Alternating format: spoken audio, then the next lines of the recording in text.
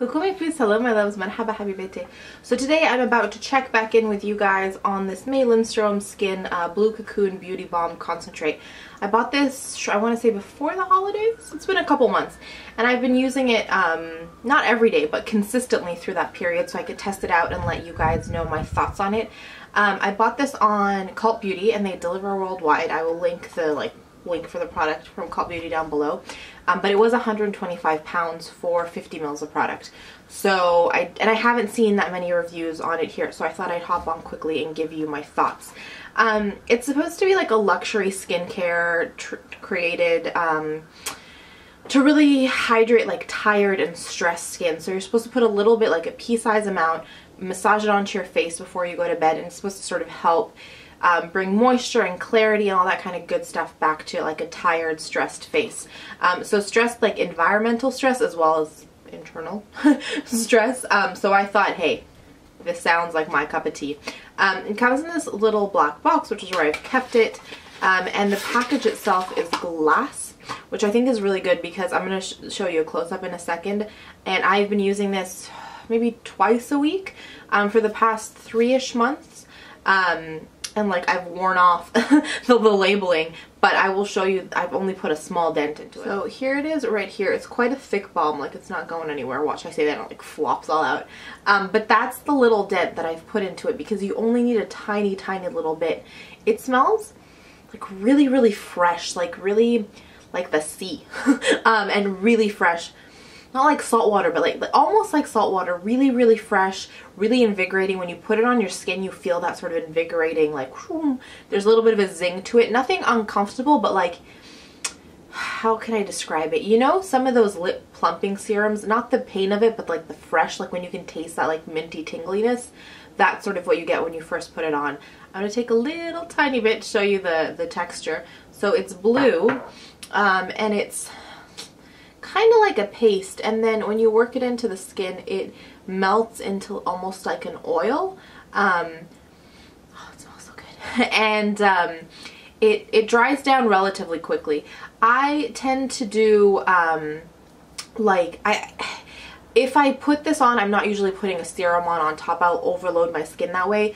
So if I'm using like my toner, I'll cleanse, I'll tone, I'll put some of this guy on, and then I'll put on either a facial oil or I'll put on a moisturizer on top. But that's how I like to use it. No more than like 2-3 times a week. You could use it more. It's such a luxury and expensive product. I don't feel like my skin needs it every night. On those days when like I've been on the public transport, on the tube, like I've been out and about a lot, or like walking down Oxford Street on a weekend or something where it's been really busy, really polluted, I can feel my skin just not being happy. This is my go-to that I'll grab, and then the next morning the redness, if I have any bumps that have come back out, it's not like, it doesn't combat breakouts, but I have like redness, and then places where I have like acne scarring, if my skin deals with a lot of pollutants, those will sort of like pop back up and you can see them. You guys know what I'm talking about. So I find that when I put this on, I'll wake up in the morning with just really nice calm skin. So I really love it for that. Let's zoom out. But yeah, I feel like I rambled. So if you have stressed skin, if you have like redness in your skin that feels tired or just like overloaded, I think this is a really nice treatment. It's definitely pricey, but it's one of those things where I can tell a difference the next day. And so for me, I'm happy to invest my money that way as well. Okay, so very rudely coming off by dying. I think I told you everything that I want to tell you about it. I love it. It's a treatment. It's definitely what I've been needing for my skin.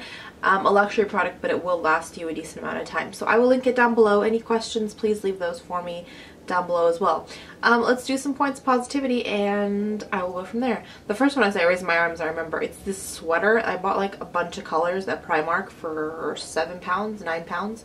I love it. It's comfy and it's orange and I'm feeling very fall-esque, but I love it. It's making me happy. My second point of positivity is a really good croissant I ate this morning. It was just lovely and awesome-y and buttery and just what I needed. I talk about food in my points of positivity all the time because food makes me happy. It just does.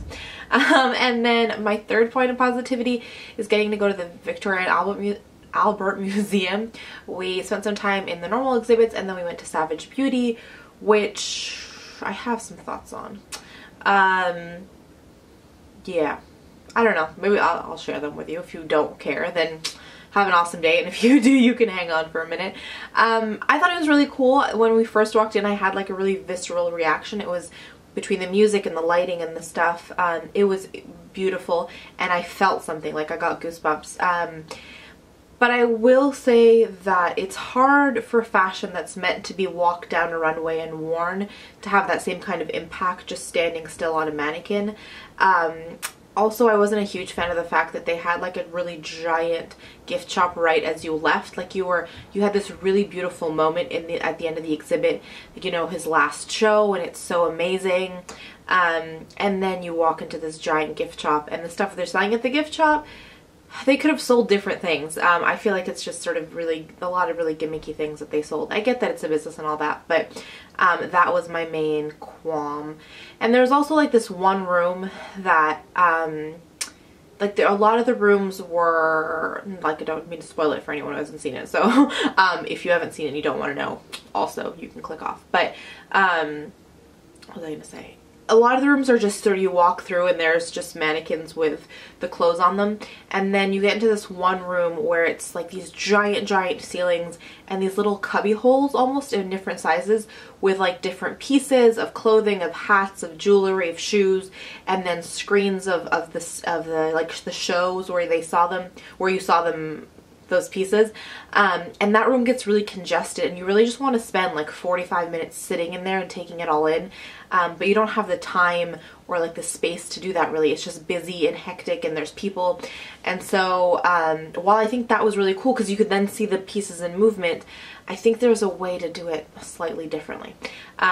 So I had really high expectations, and I'm glad that I went, but I was probably a little bit disappointed.